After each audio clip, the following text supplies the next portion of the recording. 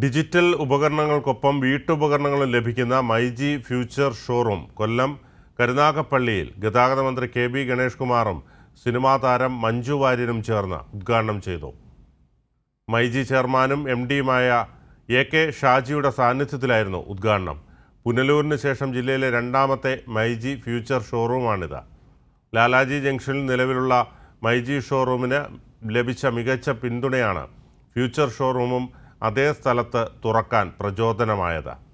ഉദ്ഘാടന ദിനത്തിൽ ലാഭം ഈടാക്കാതെയുള്ള വിൽപ്പനയാണ് മൈജി കരുനാഗപ്പള്ളിയിൽ നടത്തിയത്. വമ്പൻ ഓഫറായ ബോൾ ഗെയിമിലൂടെ 5% മുതൽ 100% വരെ ഇളവിലോ സൗജന്യമായോ ഉപഭോക്താക്കൾക്ക് ഉൽപ്പന്നം ലഭിച്ചു.